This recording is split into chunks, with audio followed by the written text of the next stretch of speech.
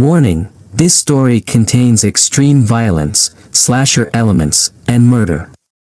I encourage you to listen to the entire story, and if you enjoy this type of content, please subscribe and press the bell icon to stay updated. The old Preston Hills High School building had always loomed over the small town like a dark shadow. The town's heart had decayed with it, a forgotten relic of an era better left behind. But for me, Preston Hills wasn't just a school, it was the beginning of my nightmare, and the site of my final revenge. The air was thick with the stench of stale sweat, old books, and fear. The fear was mine, at first. It clung to me like a second skin as I walked through the halls, feeling the eyes of everyone on me, their whispers trailing behind like ghosts. They thought they knew me, labeled me, freak, loser, psycho. It was easy for them to sneer, to laugh, to humiliate, but they didn't know the real me. It all started with that damn basement, where they dragged me one day, laughing, their voices echoing in the dark as they threw me down the stairs. The basement was damp and cold, with the flickering lights barely illuminating the cracked tiles and mold-streaked walls. My heart pounded as they surrounded me, their shadows twisting into grotesque shapes in the dim light. "Welcome to your new home, loser," Billy had sneered, his face inches from mine, his breath hot and foul. Billy was their leader, the one who gave the orders, and the others followed like mindless sheep. Their laughter echoed around me as they held me down, tying my wrists and ankles to a cold, rusted pipe. Billy pulled out a knife, the blade glinting in the pale light. He was toying with it, letting the fear rise in my throat until I could barely breathe. The others watched, their excitement building like a storm. He slashed at my arm, not deep, but enough to make me bleed, enough to make me cry out in pain. "I want you to remember this, freak," Billy whispered, his voice low and full of menace. "This is what happens when you mess with us."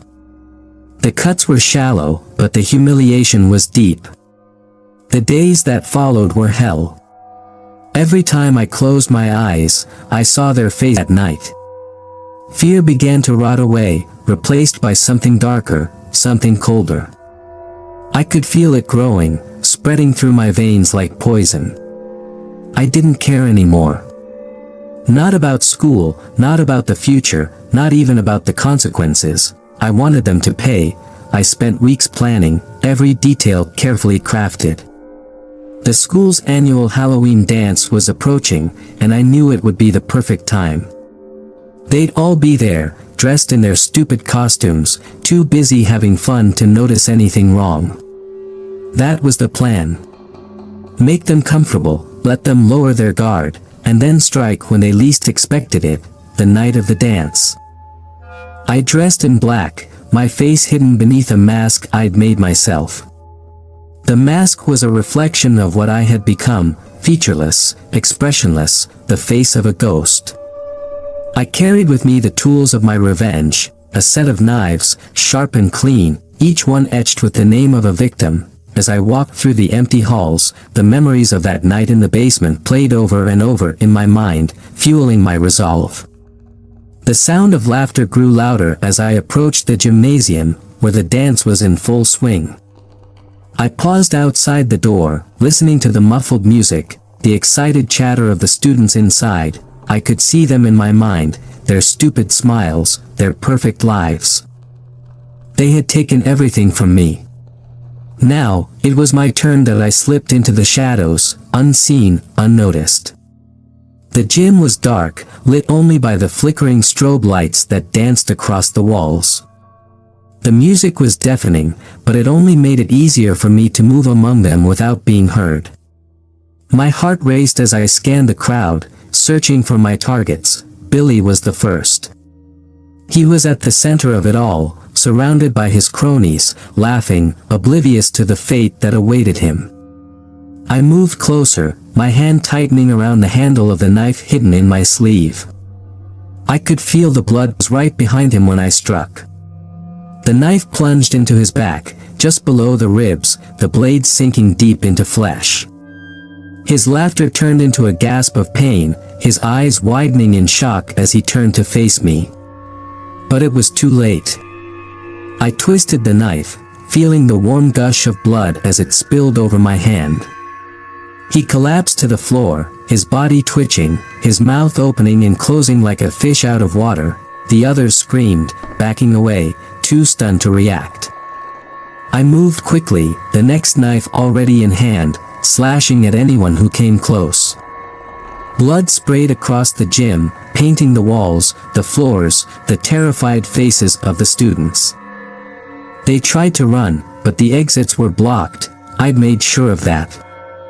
They were trapped, like rats in a cage. One by one, they fell. Some tried to fight, but most just cowered, begging for mercy that I had no intention of giving. The chaos was beautiful, the fear intoxicating. I felt alive, more alive than I ever had before. This was my moment, my revenge, and I was going to savor every second of it. By the time the police arrived, the gym was a slaughterhouse. Bodies lay scattered across the floor, blood pooling around them.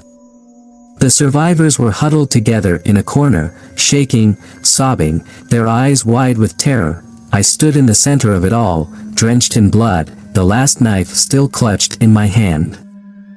The mask had slipped, revealing my face, calm, serene, at peace. I had done it. I had finally made them pay. The police surrounded me, their guns drawn, shouting at me to drop the knife. But I didn't care. I had no intention of surrendering. This was my end, my final act. I raised the knife to my throat, feeling the cold steel against my skin. The world around me blurred as I pressed down, the pain sharp and quick, a release. As the darkness closed in, I felt nothing but satisfaction. It was like to live in fear. The darkness that embraced me wasn't the end, it was a gateway. I wasn't dead. No, I was trapped in a cold, sterile hospital bed, hooked up to machines that beeped rhythmically, a cruel reminder that I was still alive.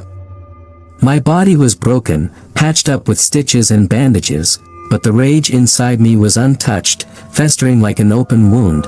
They'd taken everything from me, but they couldn't take my revenge. Not yet. The doctors whispered about my condition when they thought I couldn't hear. They called it a miracle that I survived, but I knew better. It wasn't a miracle, it was a curse. I was stuck in this broken shell, unable to finish what I'd started. At night, the memories of the slaughter haunted me. I could still feel the warmth of their blood on my hands, see the terror in their eyes as they realized there was no escape. I relished it, replayed every moment in my mind, savoring the screams that echoed in the gymnasium. But I knew it wasn't enough. There were still loose ends, still people who needed to suffer. Billy was dead, but his friends, the ones who held me down, who watched and laughed, they were still out there, still breathing, still living their lives as if nothing had happened. That thought gnawed at me, driving me mad with frustration. I had to finish it. I had to make them pay. The day I was discharged from the hospital was overcast, the sky heavy with the promise of rain. My body ached with every step, but the pain was a distant echo compared to the burning need for vengeance that fueled me. I was a ghost, a shadow of who I used to be, but that only made me more dangerous. I returned to Preston Hills, the town that had forgotten me, the town that didn't realize the storm that was coming. I watched them from the shadows, the survivors of the dance, as they tried to move on, tried to pretend that night had never happened. They whispered about. The first was Derek, Billy's right-hand man, the one who had held the knife while Billy made the first cut.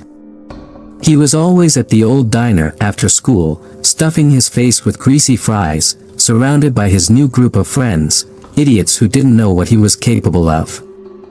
I watched him from across the street, my face hidden under a hoodie, my fingers itching to finish the job. That night, I followed him home. He lived in a rundown apartment on the edge of town, alone, his parents long gone. It was the perfect place, isolated, quiet, a place where no one would hear him scream. I waited until he was asleep, then slipped inside. The door was easy to pick, the lock rusty and old. The apartment was a mess, dirty clothes and empty beer bottles scattered everywhere. The stench of stale sweat and mold clung to the walls, making me gag. But none of that mattered. All I could focus on was Derek, sprawled on his bed, snoring, oblivious to the danger that crept closer with each passing second. I stood over him, my breath slow and steady, the knife heavy in my hand. I could feel the pulse in his neck, the warmth of his skin, and for a moment, I hesitated. But then I remembered that night in the basement, the way he had laughed as Billy sliced into my flesh, and the hesitation vanished, the knife plunged into his throat, silencing his snores in a gurgle of blood. His eyes flew open, wide with shock and pain, his hands clawing at his neck, trying to stop the bleeding. But it was useless. I watched, cold and detached, as the life drained out of him, his body convulsing, twitching, until finally, he was still. I wiped the knife clean on his bedsheet, leaving behind a smear of blood. The apartment was eerily silent, the only sound the slow drip of blood pooling on the floor. I didn't feel the same rush as before, didn't savor the kill like I had at the dance. This was that filmed the whole thing, who had laughed the loudest, egged them on. She thought she was safe, thought that by changing schools, by starting over, she could escape her past. But I found her. It wasn't hard. People like her never change. They just find new victims. She had a routine, early morning jogs through the park, earbuds in, the world shut out. She was easy to follow, easy to corner. The park was deserted that morning, the fog thick and heavy, muffling the sounds of the city. I waited in the trees, watching as she jogged past, oblivious to the predator that lurked in the shadows. I stepped out behind her, matching her pace. My footsteps silent on the damp grass. She didn't hear me until it was too late. I grabbed her from behind, one hand clamping over her mouth, the other pressing the knife against her throat. Her eyes widened in terror as she recognized me, and she started to struggle, her screams muffled by my hand. But I was stronger, fueled by a rage she couldn't comprehend. I dragged her deeper into the park, where the fog was thickest, where no one would see, no one would hear. I didn't kill her quickly. No, she deserved to suffer, to feel the same fear she had made me feel. I slashed at her skin, carving deep, jagged lines into her flesh, watching as the blood flowed, staining the ground beneath her. Her screams were music to my ears, a symphony of pain that echoed through the fog. When I was done, she was unrecognizable, her body a twisted, bloody mess.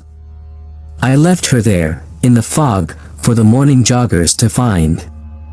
A message to anyone who thought they could escape what they had done. By now, the town was on edge. The deaths of Derek and Sarah had shaken them, brought back the memories of the dance, the horror they had tried to forget. The door behind me, who had stood by and watched as they tore me apart.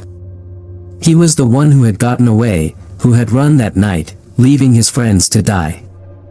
He thought he was smart, hiding out in his parents' cabin deep in the woods, far from the town. But I found him. The cabin was isolated, surrounded by trees, the nearest neighbor miles away. The perfect place for a final confrontation. I waited until nightfall, then made my move. The woods were silent, the only sound the crunch of leaves under my feet as I approached the cabin. The lights were on inside, a warm glow spilling out into the darkness, but it didn't reach me. I was a shadow, a specter of vengeance. The door was unlocked. I slipped inside, the knife ready in my hand. Tommy was sitting by the fireplace, a bottle of whiskey in his hand, staring into the flames. He didn't hear me at first, too lost in his thoughts, too drunk to notice the danger that had slipped into his sanctuary. When he finally saw me, it was too late. I lunged at him, the knife flashing in the firelight. He tried to fight back, but his movements were slow, clumsy, his body weighed down by alcohol and fear. I slashed at him, cutting deep, the blade carving through flesh and bone with a sickening ease. He screamed, the sound raw and desperate, but there was no one to hear. No one to save him.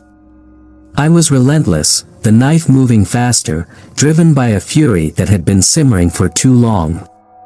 Blood sprayed across the walls, the floor, soaking into the wooden beams, dripping into the fire. The flames hissed and sputtered, the room filling with the acrid stench of burning blood. When it was over, Tommy was nothing more than a pile of torn flesh and broken bones, his blood pooling around him, seeping into the cracks in the floor.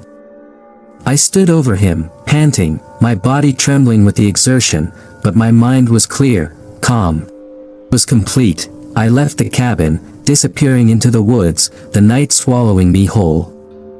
The town would wake up to the news, the horror of what had happened, but they wouldn't find me.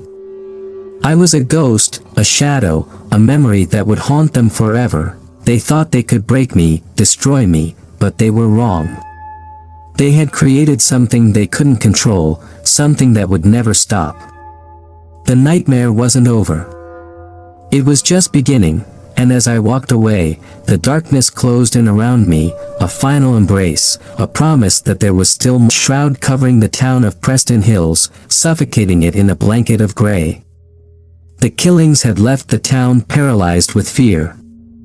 They called me a ghost, a vengeful spirit returned from the dead to haunt those who had wronged me. But I was no ghost. I was flesh and blood, driven by a madness they couldn't comprehend. The taste of revenge was bittersweet, and it lingered on my tongue, unsatisfied.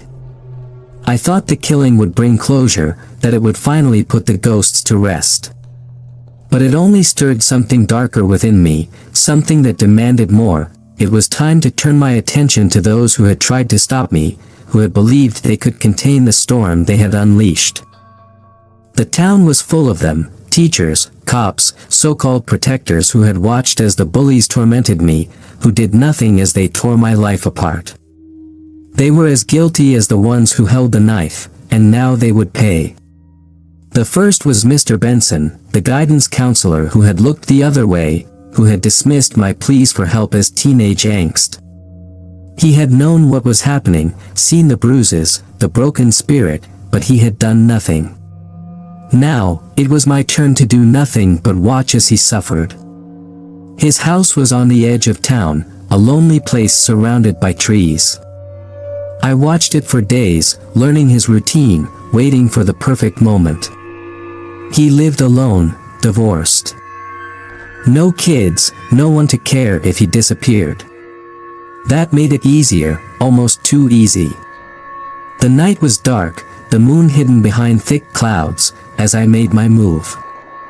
I slipped into the house through an unlocked window, my footsteps silent on the wooden floors. The house was old, creaking with every gust of wind, but I was careful, deliberate. I moved through the shadows, a knife glinting in my hand, a whisper of he was drinking, his hand shaking as he lifted the glass to his lips.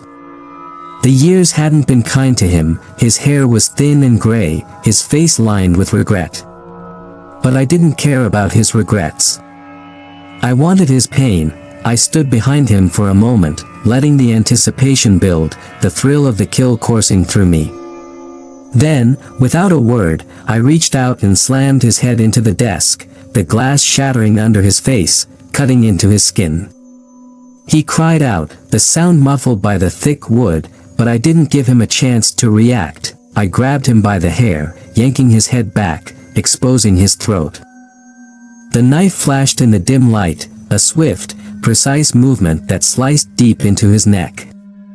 Blood sprayed across the papers, the desk, the floor, as he gurgled, his hands clawing at the air, trying to stop the inevitable. But there was no stopping it. Not now. I watched as the life drained from his eyes, his body going limp in my grasp. The blood pooled around his head, dripping onto the floor in thick, red drops. I let him fall, his body slumping to the ground with a dull thud. The room was silent, the only sound the slow, steady drip of blood that I left him there, his life's work soaked in his own blood, a testament to his failure. The town would find him the next day, another victim of the madness they had allowed to fester. But by then, I would be long gone, a shadow moving on to the next target. Officer Graves was next, the cop who had shrugged off my complaints, who had told me to toughen up and fight back as if it was that simple. He had been a bully in uniform, a man who abused his power to make others feel small. But now, it was time to show him what true power looked like. Graves was a creature of habit, predictable in his routine. Every night, he sat in his patrol car on the edge of town, sipping coffee. It was his way of avoiding the boredom of small-town life, a life that was about to end. I watched him from the shadows, the darkness my ally. The patrol car was parked in a secluded spot, the only light coming from the dim glow of the dashboard. He was alone, as usual, his attention focused on the radio, unaware of the danger that crept closer. The door to his car opened without a sound. He barely had time to turn his head before I was on him, the knife in my hand plunging into his side, the blade tearing through flesh and muscle. He grunted in pain, his hand reaching for his gun, but I was faster. I grabbed his wrist, twisting it until I heard the bone snap. The gun clattering to the floor. He screamed then, a high, panicked sound that echoed through the night, but there was no one to hear him, no one to save him.